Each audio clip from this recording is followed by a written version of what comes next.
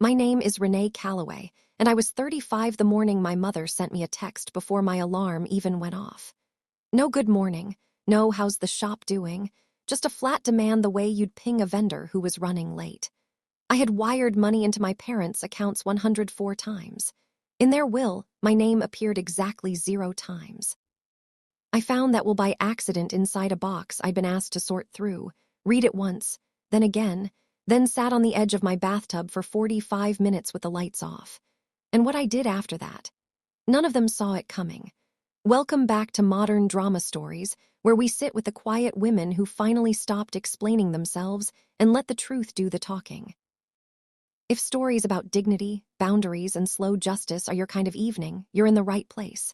Tell me in the comments where you're listening from, and subscribe so the next story finds you.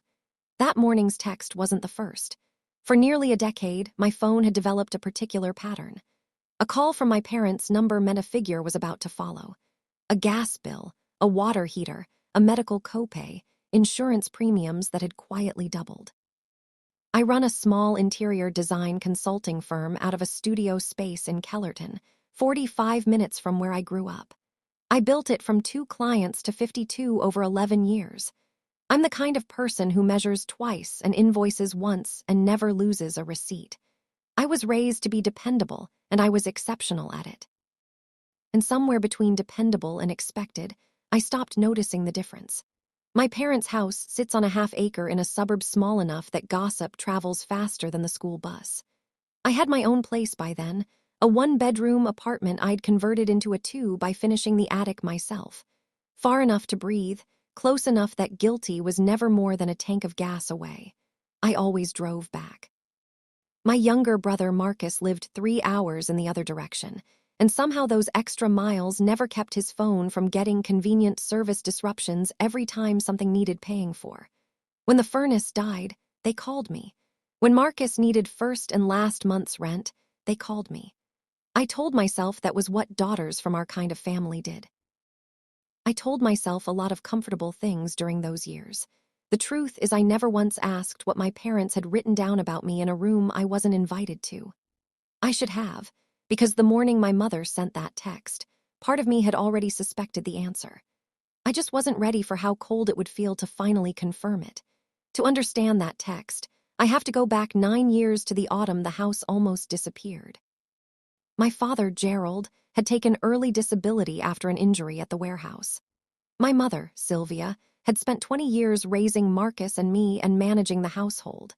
They'd done 2 cash-out refinances when times were flush, the way a lot of families did, and then the payments adjusted upward and the cushion vanished. I was 26 and got the call on a Wednesday. The mortgage servicer had sent a letter, and my mother read it to me over the phone like she was reading a foreign language menu. I drove the 45 minutes that same night. We spread the letter across the dining room table. The only path forward was another refinance, but no lender on earth was going to extend credit to 2 people with no income and a credit score in a crater. They needed a cosigner with a clean history and a documented business. They needed me, so I came in. But the closing attorney, a careful, methodical woman named Patricia, explained something before I put pen to paper. She said too many adult children sign their names to these arrangements and walk away with nothing but liability. She structured it properly. That afternoon, my parents signed a new deed that granted me the larger ownership stake in exchange for the cash I brought to close the arrears and the loan I was absorbing entirely in my name. I walked out the primary borrower and the majority title holder, the split written out in unambiguous percentages right there on the recorded deed. My father called it just signatures. My mother called it an answered prayer. I called it keeping a roof over my family. I kept the closing folder in a waterproof document case because I am someone who keeps folders. That habit would matter more than any of us understood that night. After the closing, the payment came out of my business account on the 15th of every month, $1,290. Never late, never short, for 104 consecutive months. I added property tax installments on top of that.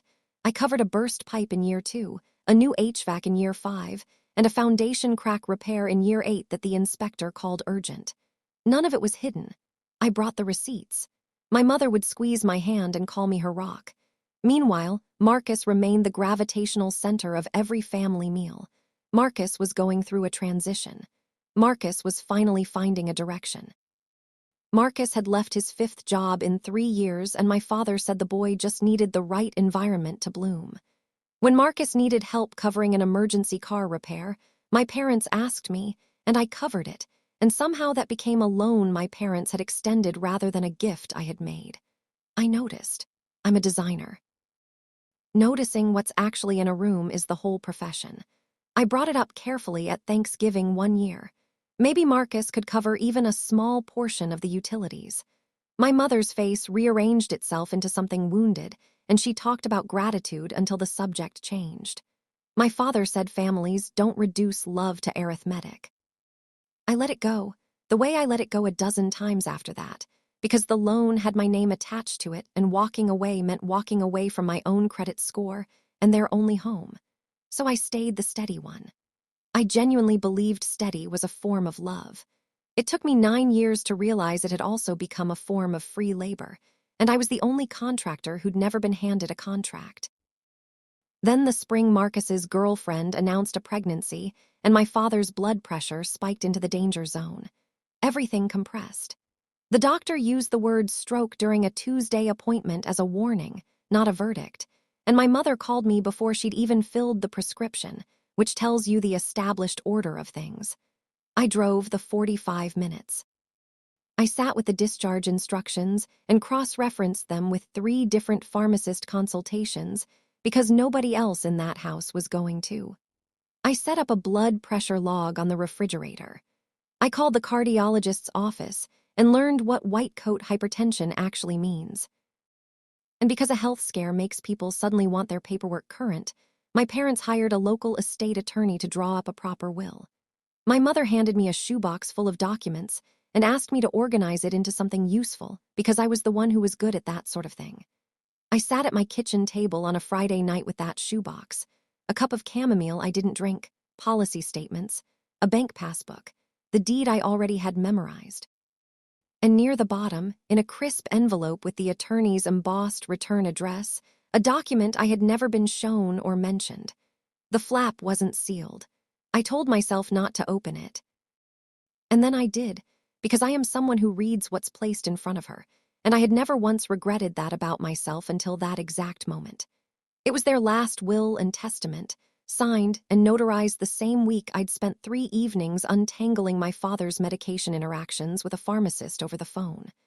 I read it the way I'd read a project budget, line by line, looking for my own name. It wasn't there.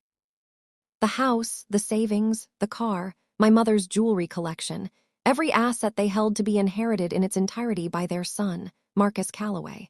One sentence addressed me.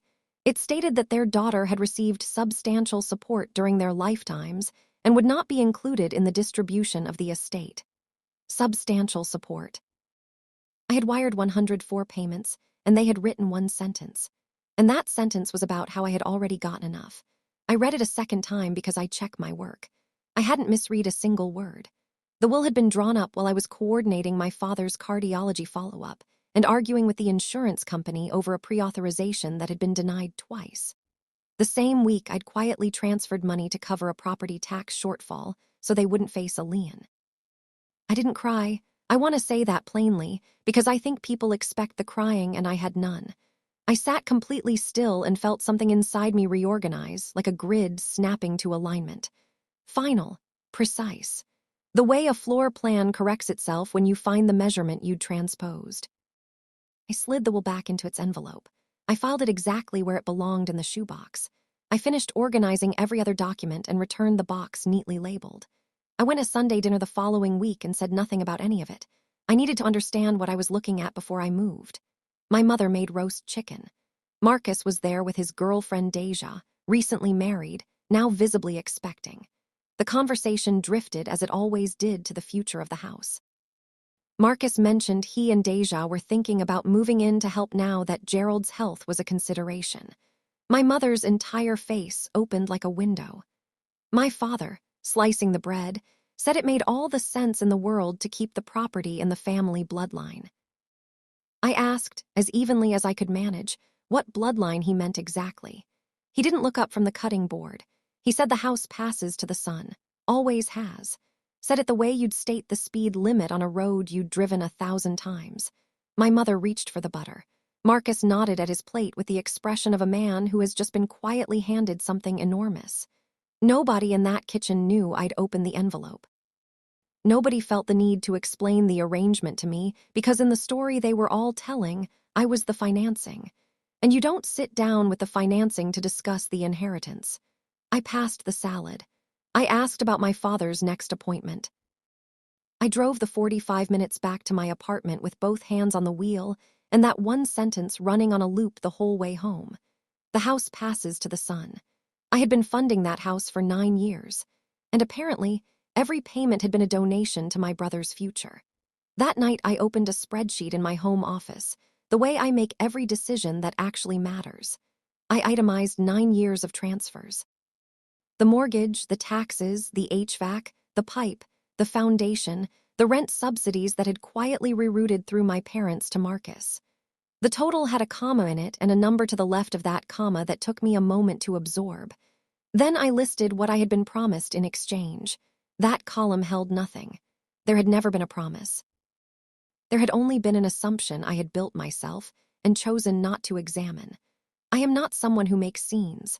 I wasn't going to write a letter or call a family meeting or stand in that dining room and explain to my parents the specific shape of the thing they had done. They would only hear entitlement in it, and I would only come across as the lender cutting off a client. So I did the only thing a quiet woman with 11 years of financial discipline and a spotless credit history can do that hits harder than any confrontation. I opened my banking portal, found the recurring transfer I'd scheduled 9 years ago, the one that moved money on the 15th without my involvement, and I canceled it.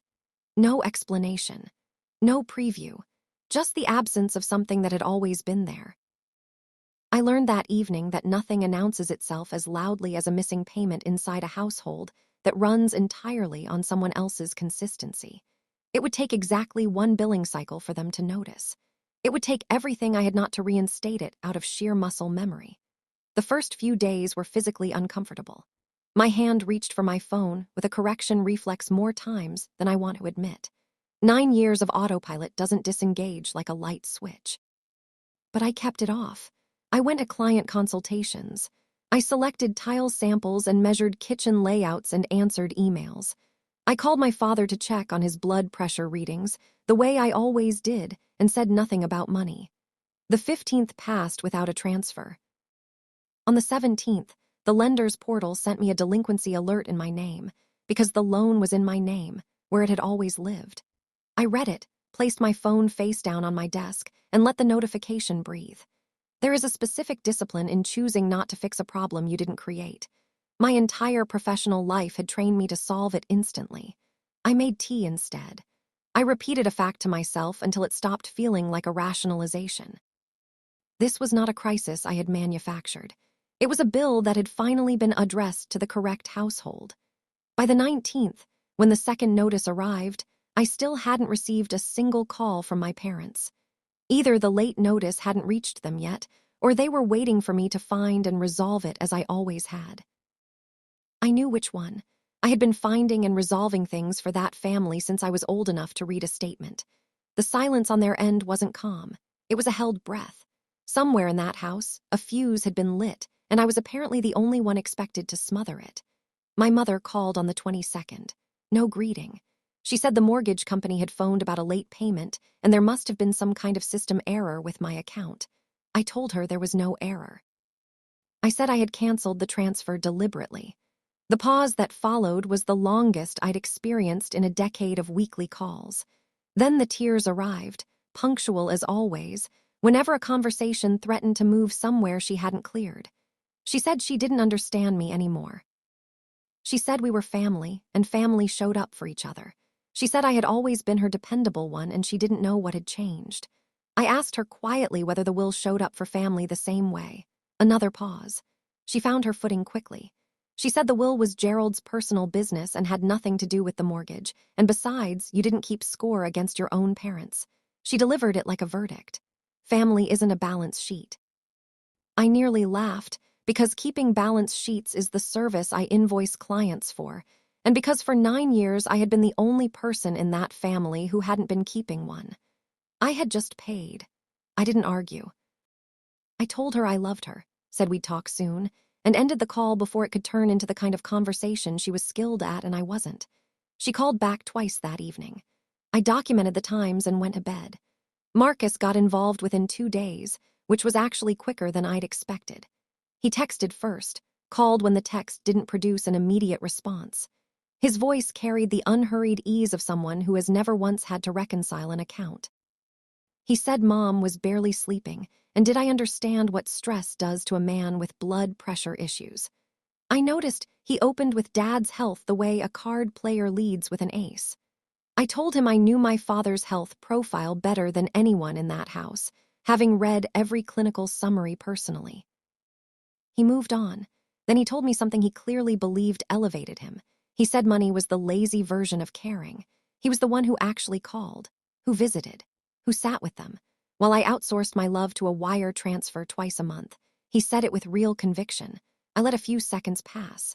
I thought about who had driven to that house the night the mortgage notice arrived. I thought about who'd been on hold with the pharmacy for 40 minutes over a formulary dispute.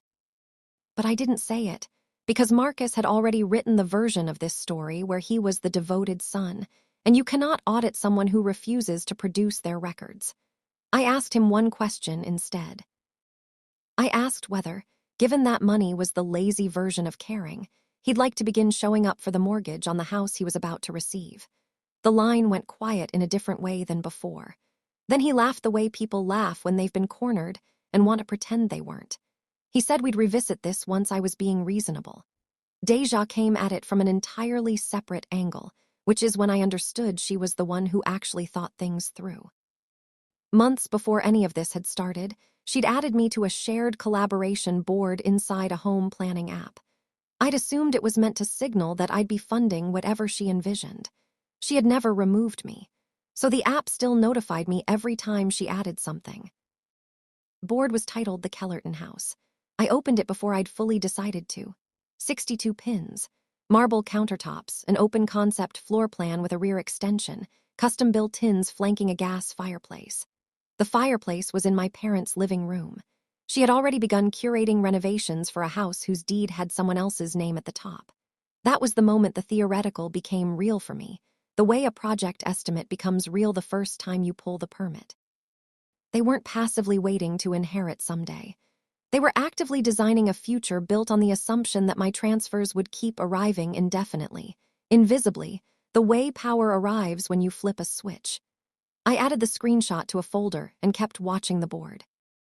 Let me pause here for a moment, because I think some of you are already sitting very still right now. If you have ever been the person everyone counts on but no one counts, the one whose absence gets noticed and whose presence gets assumed, you understand the specific temperature of what I was feeling looking at those 62 pins. Stay with me.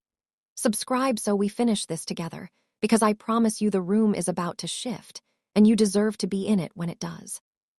By the 4th week, my mother had taken the narrative somewhere I hadn't anticipated. It began with individual calls to relatives. My Aunt Beverly phoned to tell me I was causing my mother physical symptoms. A cousin I'd last spoken to at a graduation texted to ask how I could do this to a sick man. I didn't know what version of events they'd received until my mother posted in the neighborhood's community forum, the one with 6,000 members who use it to organize street sales and report deer sightings. She wrote a quiet, aching little paragraph about the loneliness of aging, about raising children and hoping they'd be your soft place to land, about how grief doesn't always come from loss, sometimes it comes from realization. She used no names. She didn't need to. The comments populated with heart emoji and candle emoji, and one woman who wrote that the younger generation has no understanding of sacrifice. My phone received a steady stream of check-ins on my poor parents throughout the afternoon. Not one of those people thought to check in on me. I read every comment from beginning to end and understood precisely what she had engineered. A bookkeeping decision had been translated into a character referendum, and I had been cast as the cold daughter who abandoned her family over a grudge. My cousin Tamara was the only one who called asking to hear my version. She listened to every piece of it without interrupting. The 9 years. The will. The board full of renovation pins. When I finished, she said something I immediately wrote down. She said I hadn't turned cold. I just stopped underwriting a role I was never going to be credited for. What changed everything wasn't the community forum post. It was an accident. On a Thursday evening, someone added me to a group text by mistake, probably Deja fumbling through her contacts while setting up a thread to coordinate the response to me. The group was called Gerald and Sylvia's Place. It had 4 members. My mother, my father, Marcus, and Deja. And me, for approximately 90 seconds before anyone looked at the screen. I scrolled up through 40-something messages before the typing indicators appeared. Deja had written that the contractor had a late spring availability if they moved on the deposit. My mother had written that I'd come around. I always came around. I just needed to sit with the discomfort long enough.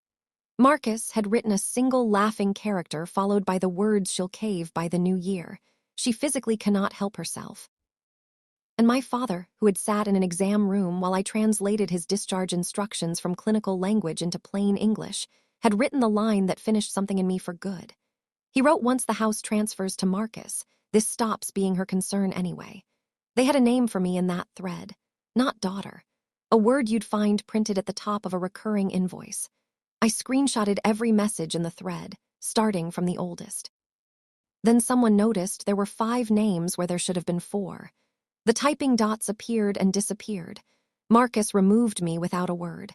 But I already had it saved, time-stamped, in my own hand.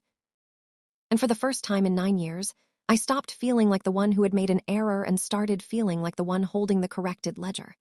That screenshot sent me to the waterproof document case. I hadn't needed to open it in years because I already knew what the papers said. But knowing a thing and seeing it under good light at your own kitchen table are genuinely different experiences. I spread the closing folder across the surface. The promissory note.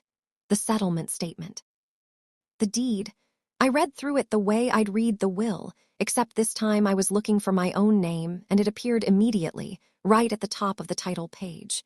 Not as a guarantor, not as a sympathetic co-borrower, but as an owner. The refinance hadn't simply put my name on a loan. It had placed me on the title as a tenant in common, and because I had contributed the cash that resolved the default, I held the larger percentage share. The document listed the numbers in plain figures with no ambiguity. I leaned back in my chair. My father's will left everything to Marcus. But a will can only transfer what the testator actually owns at the time of death.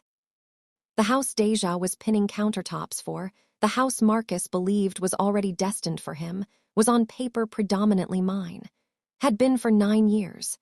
They had been planning to gift my brother a property I legally co-owned, and had written me out of an estate that, where the house was concerned, was never entirely theirs to distribute. I didn't feel like celebrating. I felt the way I feel when I finally locate an error that's been throwing a project budget off for weeks. Steady. Confirmed. Now what do I do with it? I didn't trust myself to act on a legal document without a professional walking me through it first. People make confident mistakes that cost them everything. So I called a woman for whom I'd handled project billing for years, a real estate attorney named Claudette Asher, who ran a small practice out of a converted Victorian above a framing shop downtown. I brought her the deed, the closing statement, and a printed summary of 9 years of payment records. She reviewed everything with her reading glasses low on her nose and made a quiet, professional sound, the kind that means the facts are cooperating.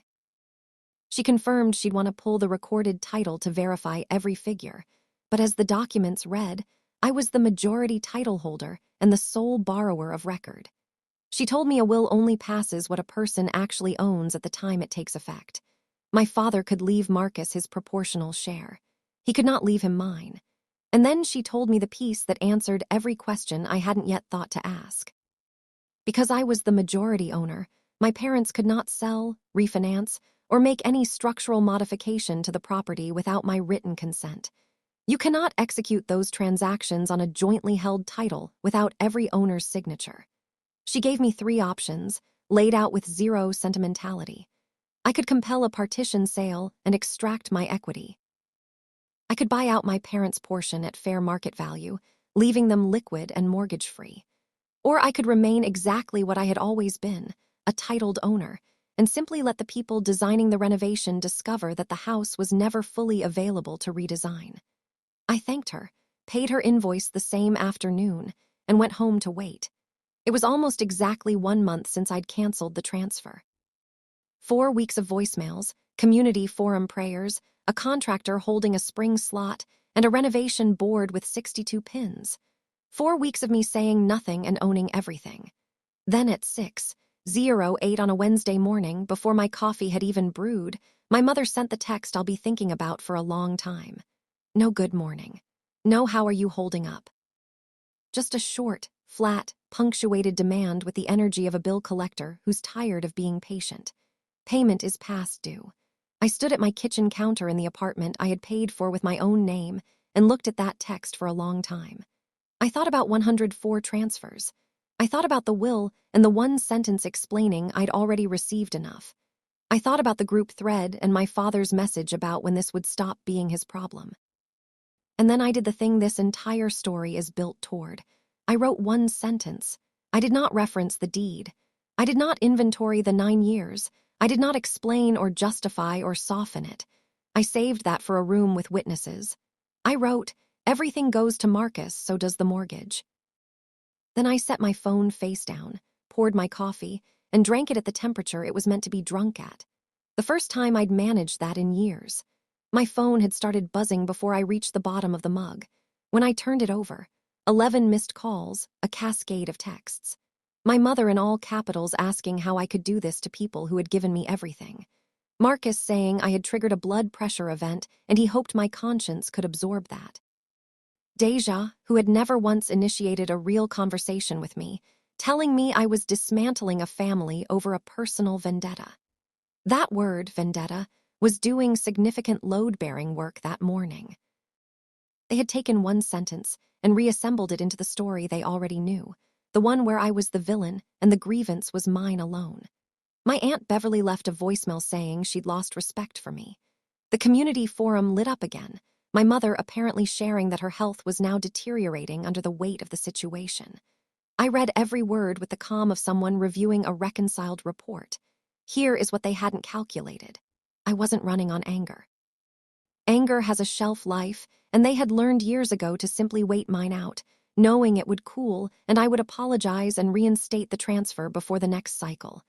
But I wasn't angry anymore. I had passed through anger into something they had no practiced response to. I was decided. And a decided woman with a recorded deed and a real estate attorney on her recent call log is an entirely different problem than an angry one. I texted my mother once more that afternoon. I said we should all sit down together. Then I called Claudette and told her I was ready to move forward. My father called that evening, which was unusual. His voice was slower than it used to be, and I could hear a television running too loud in the background, the way it does when someone stopped adjusting the volume because the effort stopped seeming worth it. He didn't come in hard. That was never his approach. He opened by asking about my business, which caught me off guard because he hadn't asked in probably 2 years. Then he arrived at the real purpose. He said he didn't understand why I was putting the family through this. He said a man works his whole life and the only thing left when the body goes is the name, and a son carries the name forward. He said it with real feeling. I felt the weight of it. The logic passed down from his own father's table, the assumption that this was simply the shape of the world and always had been. I sat with that for a moment. Then he said it again, quieter this time and somehow more final. The house passes to the son. That's the way it's always been, and the feeling passed, because he wasn't asking me to understand a tradition. He was asking me to fund one that had already decided I was outside it. I told him I loved him. I told him I'd be there Sunday, and that we should all sit down as a family, him, Sylvia, Marcus, and Deja, and talk through everything together at the table. He said good, finally, that sounded like sense. He believed I was coming to surrender. I let him hold that. The dinner came together with a coordination speed my family only ever achieved when they needed something from me. My mother set it for Sunday at 6. By Saturday morning, I learned through Tamara that it was not going to be the 5 of us. My mother had extended the table to include Aunt Beverly and her husband, 2 cousins, and a family friend couple who had known my parents for over 25 years. Witnesses, though she'd have called it community. The strategy was legible the moment Tamara described the guest list. They were going to seat me in a full room and apply the only leverage my family had ever discovered that reliably worked on me: an audience. They knew I would do almost anything to keep a family conflict from becoming a family spectacle. A quiet woman does not perform well under a directed spotlight. Their bet was that, surrounded by people who loved my parents, with my mother's composure fraying on cue and my father's heart condition present in the room like an uninvited guest, I would retreat, apologize, and reinstate the transfer before the dishes were cleared. It was a smart plan. It was the plan that had worked every single time before. They had prepared for every version of me they had actually met. They had not prepared for the version I had become. I wanted an audience too. I just had different paperwork for the occasion. I called Tamara and told her to come Sunday and sit somewhere she could see the whole room. I told her to keep her phone charged. She asked what for. I said because the community forum was going to need a factual correction before the week was out, and I wanted someone with accurate recall in the room when it happened. Saturday night, I sat at my kitchen table under the good overhead light and assembled what I needed. Not a speech. Never a speech. A speech can be interrupted, redirected, cried over, and dismantled. A document cannot. 3 copies of the recorded deed with my ownership percentage highlighted. 3 copies of the original closing settlement.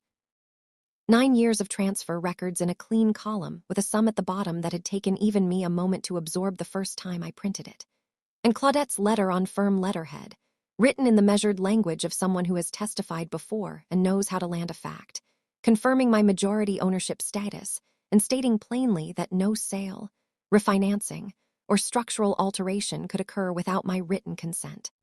I placed each set into a plain manila envelope, the same kind I had filed the will in. I want to say something to you here, the way I'd say it to a friend sitting across from me. If you are still listening, thank you, because I know this part is heavy. Being painted as the cold one when you are the only person who ever kept the situation from collapsing, that is a specific, exhausting kind of invisible. Hit subscribe and stay through dinner. The table is about to turn, and you have absolutely earned the right to watch it happen. I laid out my clothes, set my alarm, and slept. Genuinely slept, the kind of sleep that only comes when you stop carrying a weight you were never actually supposed to hold. Before I left Sunday morning, the home planning app gave me one final notification. Deja, who had long since forgotten she'd added me to the board, had pinned a contractor's itemized estimate to the top. $51,000. Rear extension, full kitchen demo, custom built-ins, the fireplace surround replaced. The caption she'd added in the app read, "Deposit clears as soon as savings transfer. Marcus says we're good. As soon as savings transfer." My parents' savings account. The one I had helped keep funded across 9 years. The one the will had assigned entirely to Marcus. They were planning to spend money I had contributed to renovate a house I co-owned as a gift to my brother, while the community forum held a candlelight vigil for my poor parents over the stress I was allegedly causing. I screenshotted the estimate and added it to my folder. The last small trace of ambivalence that had still occasionally whispered, "Maybe you're making too much of this," went entirely quiet at $51,000. Some moments hand you perfect clarity wrapped in someone else's carelessness. They had done that for me in a renovation app with a contractor quote and a caption that assumed my parents' money was already theirs. I put on my coat. It was time. The drive takes 45 minutes.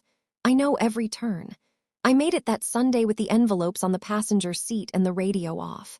I wasn't rehearsing. I had stopped rehearsing around the night I found the will.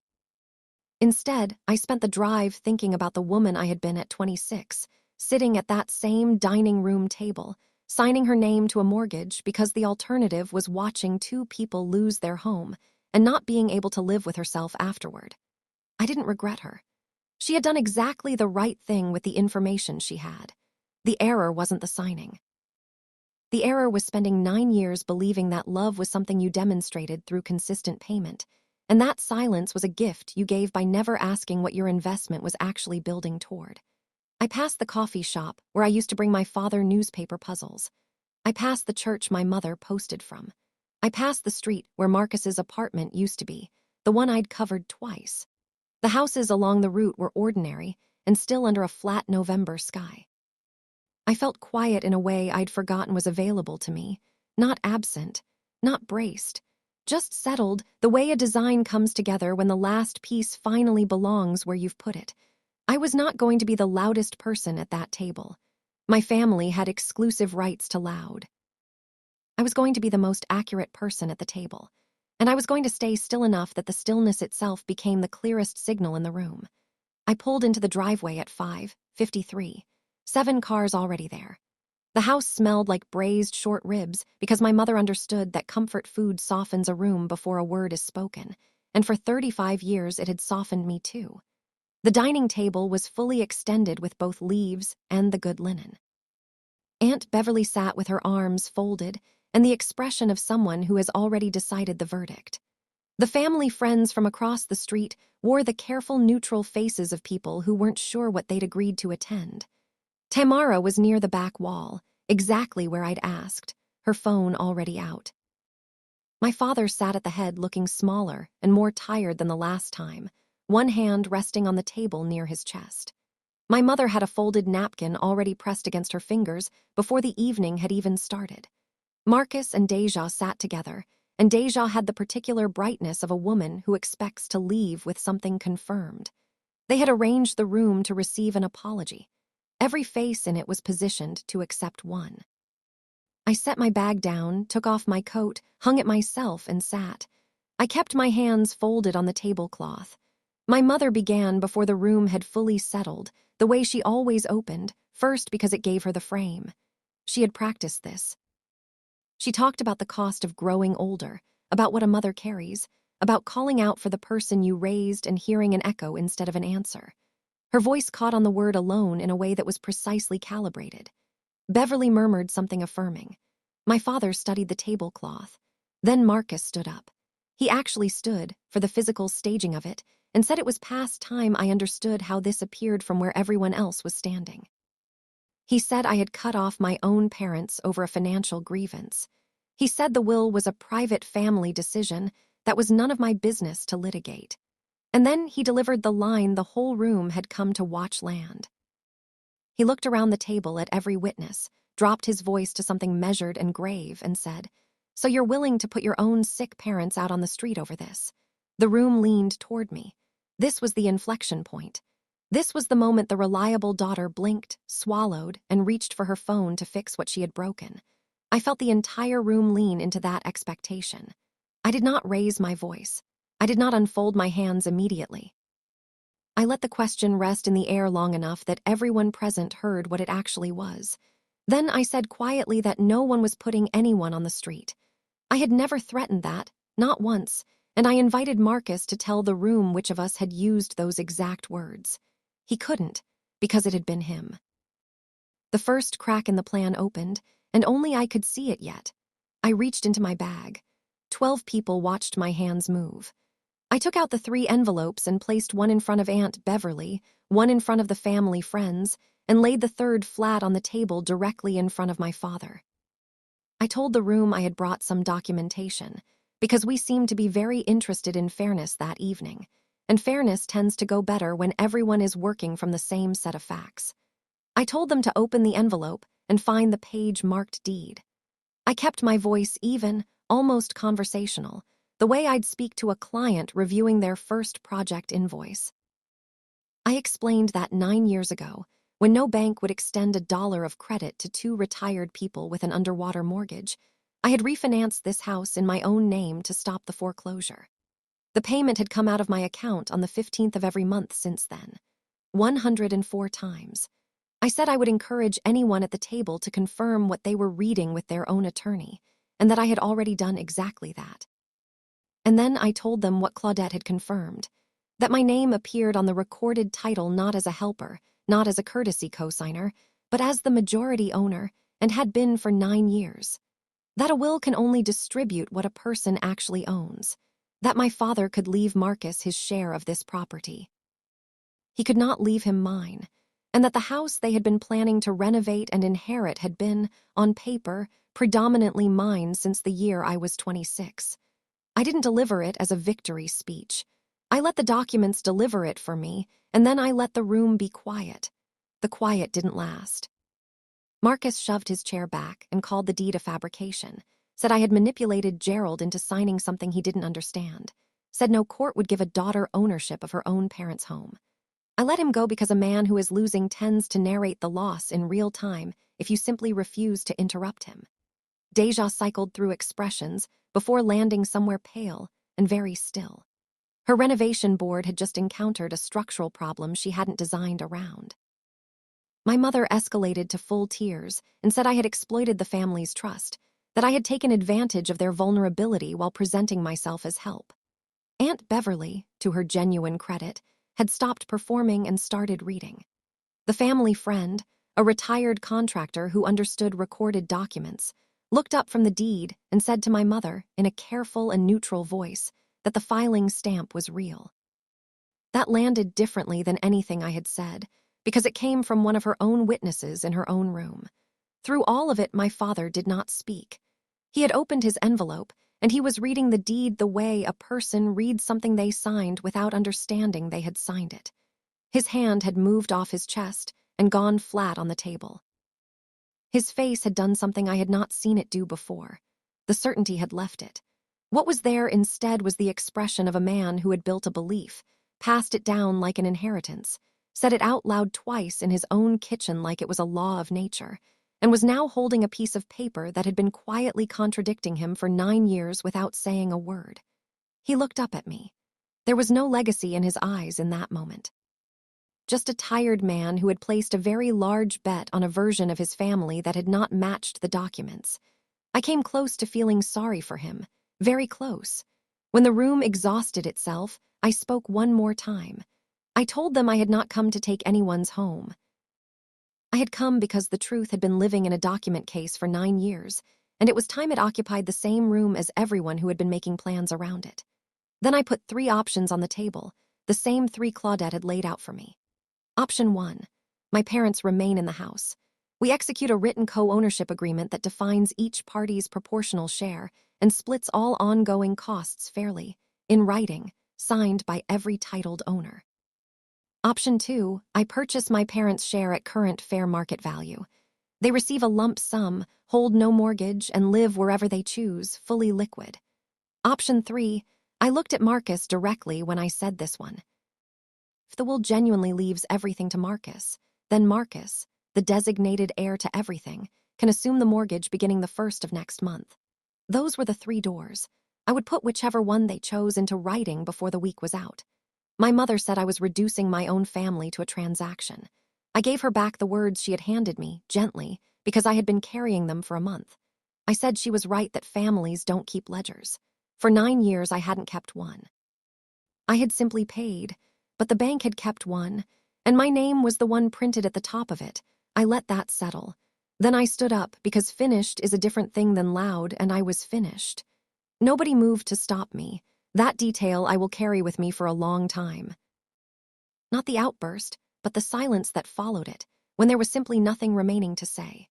My mother's napkin stayed in her hand, unraised, because the performance requires an audience that still needs to be convinced, and the room had stopped being that. Marcus sat back down in his chair the way someone sits down when they realize the room has already moved on without them. Deja was looking at her phone, and I suspected that the renovation board was undergoing significant revision. My father did not look up from the deed. I put on my coat. I left a copy of Claudette's letter next to the serving dish and told them to let me know which option they were choosing. Then I drove home, both hands on the wheel, and the quiet in the car on the way back was not the kind of quiet I used to brace against. It was just mine. They took 3 weeks to decide, which for my family was an almost unprecedented speed. They chose option 1. My mother could not contemplate leaving the house, and my father could not bring himself to acknowledge option 2's existence. Claudette drafted the agreement. It documented in plain arithmetic what each party owned and what each party owed going forward. Proportional, written, signed by every name on the deed. Marcus declined to contribute any amount toward the property he had expected to receive for free, and the prospect of actual financial participation in the house cured his interest in living there within the month. Deja's renovation board went private sometime the following Tuesday, and the contractor was apparently never called back. Aunt Beverly, who had read the full deed at the table, told several of the relatives who had been forwarding my mother's community forum posts that they might want to reconsider what they thought they knew. And Tamara, who had sat near the back wall with a charged phone exactly as I had asked, posted a correction in the community forum. Just facts. No editorializing. No cruelty. The candle emojis underneath my mother's post stopped accumulating. The casseroles stopped arriving. The story finally met its receipts. The receipts were still there. The story had to adjust. I still go out to the house. People are surprised when I tell them that. My father's health is an ongoing responsibility, and I am still the one who reads the discharge paperwork, because that is simply who I am, and I have accepted it as a characteristic, not a sacrifice. But the nature of the visits has changed, and the change is the point. I go because I want to be there, not because a payment will lapse if I don't. We talk about his blood pressure numbers and what the cardiologist said at the last visit, and occasionally about the weather, and almost never about money, because money now lives inside a signed document where it was always supposed to live instead of hovering over every meal unacknowledged. My mother and I are careful around each other in the way you are careful with something repaired. It holds. I don't require it to be what it was before. Marcus and I are not in regular contact, and I have stopped interpreting that as a loss I need to account for. Some accounts you close deliberately, and the remaining balance is clarity. I sleep the full night now. The transfer stays canceled. And on the 15th of every month, when my phone used to deliver a number that had somehow always become my responsibility, there is simply a Tuesday morning, a cup of coffee at the right temperature, and the quiet that I finally stopped paying a monthly fee to access. I learned that care, which only ever travels one direction, is not really care. It is an invoice that no one ever intended to honor. And you are allowed, at any age, in any room, in front of any audience, to stop signing your name to it. That is the whole story. 9 years, 104 payments, and one deed they forgot was recorded. If this reminded you to read the paperwork that carries your name on it, or to stop subsidizing a seat at a table that never set a place for you, let that be your signal. Act on it this week. Share this with someone who needs to hear it. Leave a comment, hit subscribe, and I'll see you at the next one.